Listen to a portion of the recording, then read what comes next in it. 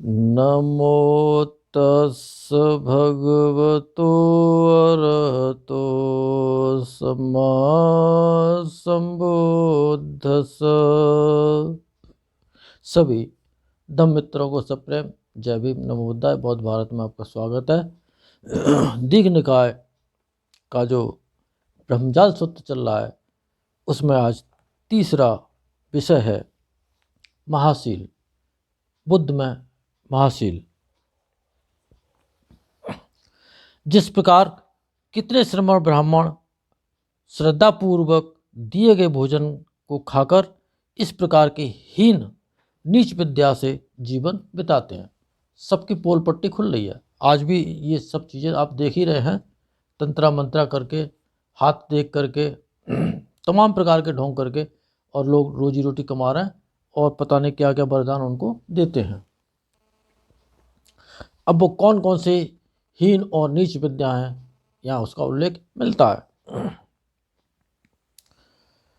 जैसे अंग विद्या, उत्पात, स्वप्न लक्षण, मूसिक विषय, अग्नि हवन, दर्भी होम, तुसी होम, कण होम, तंडुल होम, घृत होम, तेल होम, मुख में घी लेकर कुल्ले से होम, रुधिर होम, रक्तपात करके रुधिर होम, वास्तु विद्या, क्षेत्र विद्या, शिव, भूत, भूरी, सर्प, विष, भिक्षु के झाड़फूंक की विद्या, मूसिक विद्या, पक्षी विद्या,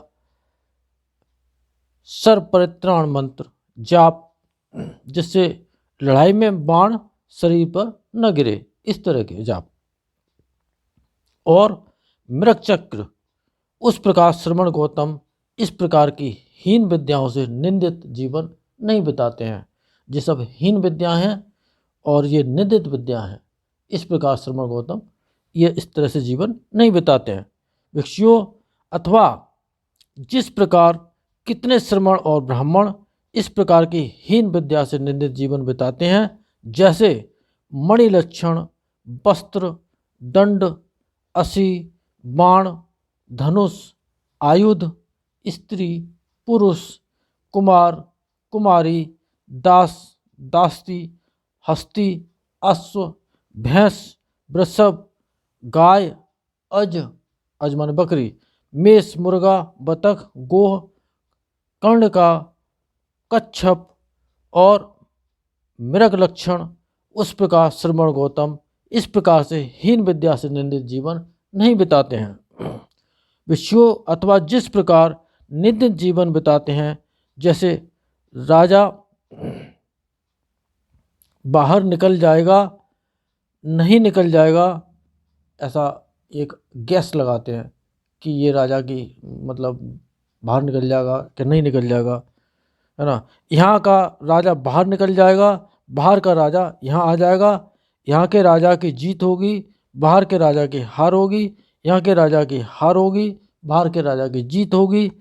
इस जीत हार श्रमण गौतम इस प्रकार की हीन विद्या से निंदित जीवन नहीं बिताते हैं। भिक्षुओं अथवा निंदित जीवन बिताते हैं, जैसे चंद्र ग्रहण होगा, सूर्य ग्रहण, नक्षत्र ग्रहण, चंद्रमा और सूर्य अपने अपने मार्ग पर ही रहेंगे। चंद्रमा और सूर्य अपने मार्ग से दूसरे मार्ग चले जाएंगे, नक्षत्र अपने मार्ग पर रहेगा, मार्ग से हट जाएगा, उल्कापात होगा, दिशादाह होगा, भूकंप होगा, सूखा बादल गरजेगा। चंद्रमा सूर्य और नक्षत्रों के उदय अस्त सदोष होगा और शुद्ध होना होगा। चंद्र ग्रहण का यह फल होगा। चंद्रमा, सूर्य और नक्षत्र के उदय अस्त सदोष या निर्दोष होने से यह फल होगा। उस प्रकार श्रमण गौतम इस प्रकार की हीन विद्या से निंदित जीवन नहीं बिताते हैं।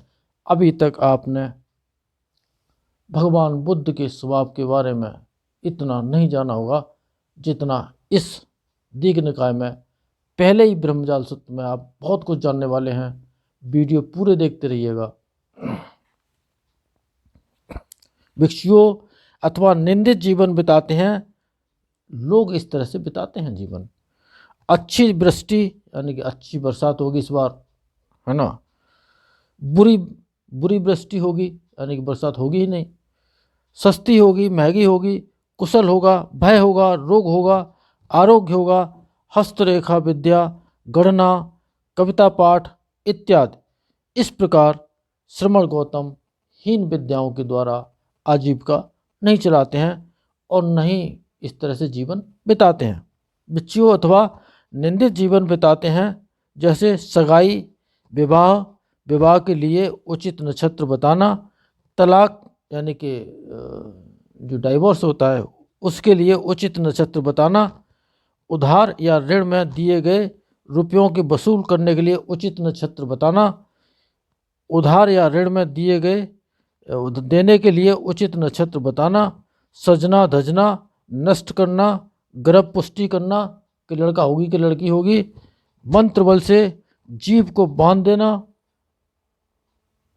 ठुड्डी को बांध देना, दूसरे के हाथ को उलट देना, दूसरे के कान को बहरा बना देना, दर्पण पर देवता बुलाकर प्रश्न पूछना, कुमारी के शरीर पर और देववाहिनी के शरीर पर देवता बुलाकर प्रश्न पूछना, सूर्य पूजा, महाब्रह्म पूजा, मंत्र के बल मुंह से अग्नि निकालना।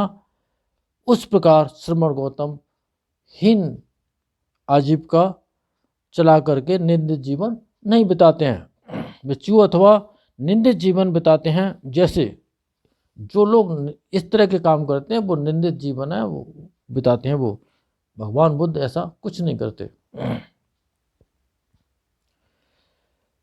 अथवा निंदित जीवन बिताते हैं, जैसे मन्नत मानना, मन्नत पूरी करना, मंत्र का अभ्यास करना, मंत्र बल से पुरुष को नपुंसक और नपुंसक को पुरुष बनाना, इंद्रजाल, बलिक्रम, आचमन, स्नान कार्य, अग्निहोम, दवा देकर बमन, यानी कि ऐसी कोई दवा खो डाल दी और उल्टी हो गई, यहाँ अब ये उसका रुख चला जाएगा।